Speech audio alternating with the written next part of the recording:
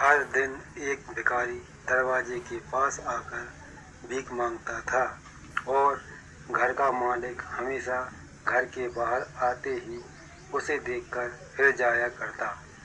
कई बार उसके लिए गालियाँ भी बकता।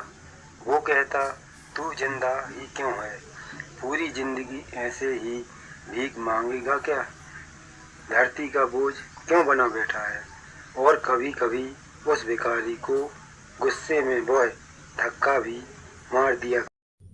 इतना कुछ हो जाने के बावजूद भिखारी के मुंह से सिर्फ यही निकला कि भगवान तुम्हारे पापों को माफ करे।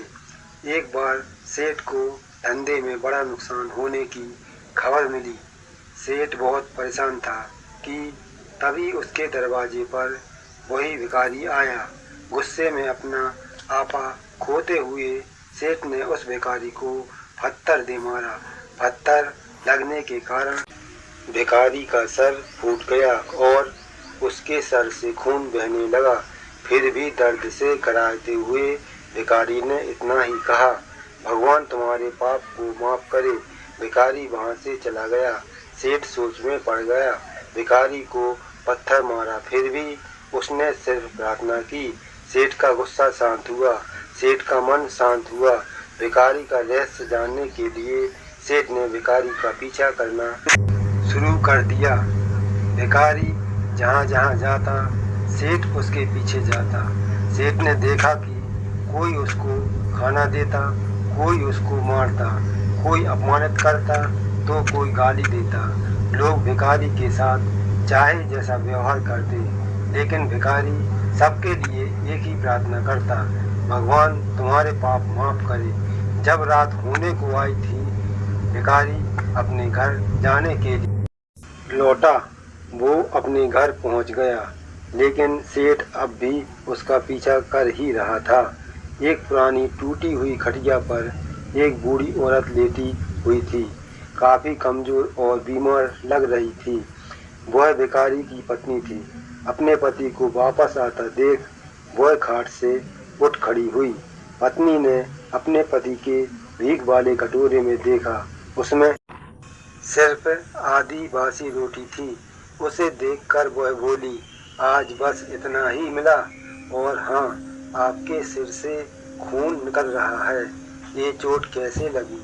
बूढ़ा भिखारी बोला, आज बस इतना ही मिला, किसी ने कुछ दिया ही नहीं। सबने गालियां दी और एक ने पत्थर भी फेंका, इसीलिए मेरा सर फट गया। एक गहरी ठंडी सांस लेकर बूढ़ा भिखारी फिर से बोला, यह मेरे ही पापों का फल है। तुम्हें याद है कुछ सालों पहले हम कितने अमीर थे? क्या कुछ नहीं था हमारे पास? हमारे पास हर चीज जरूरत से ज्यादा थी, लेकिन हमने कभी दान नहीं किया। और उससे भी बुरा हमने उस अंधे भिखारी के साथ किया जो हमारे द्वार पर भीख मांगने आया करता था। बूढ़ी पत्नी की आंखों में आंसू आ गए। वह बोली, हाँ, हम उस बेचारे अंधे के साथ बहुत बुरा करते थे, उसका अपमान करते थे, उसे खाने के लिए रोटी की जगह कागज दिया करते, उसका मजाक उड़ाया करते और कभी कभी मारा भी करते। मैंने कभी उसको रास्ता नहीं दिखाया।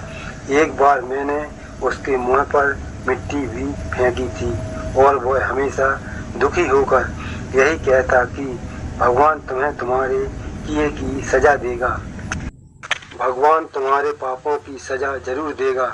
उसका श्राप सच हुआ और हम इस दुख भरी जिंदगी में आ गए। भिखारी बोला, हाँ, उसका श्राप सच हुआ, इसीलिए मैं किसी को बद्दुआ नहीं देता, चाहे कोई मेरे साथ कैसा भी बर्ताव करे। मैं हमेशा उसके लिए प्रार्थना करता हूँ। मैं नहीं चाहता कि कोई भी हमारे जैसी जिंदगी का अनुभव करे, किसी को भी हमारे जैसे दुखों का सामना करना पड़े। वो नहीं जानते कि वह कितना बड़ा पाप कर रहे हैं, इसीलिए अनजाने में हुए पाप की ऐसी सजा किसी को भी मिले मैं नहीं चाहता। सेठ वहीं पर छुपकर यह सारी बातें सुन रहा था। अब उसे सब कुछ समझ में आ गया था।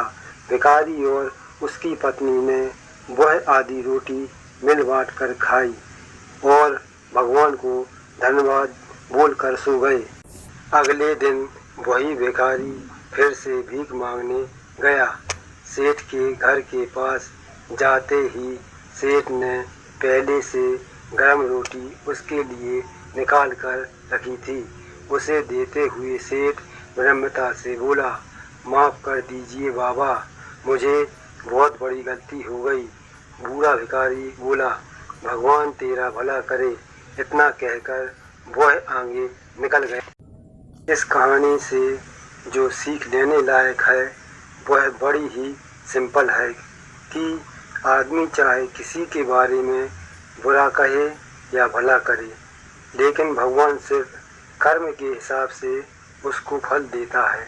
क्या हुआ अगर भगवान नहीं दिखता, लेकिन यह बात बिल्कुल सच है, उसके खाते में सबका हिसाब बहुत पक्का होता है। इसीलिए जब किसी के लिए कुछ भी कहो तो अच्छा ही कहो।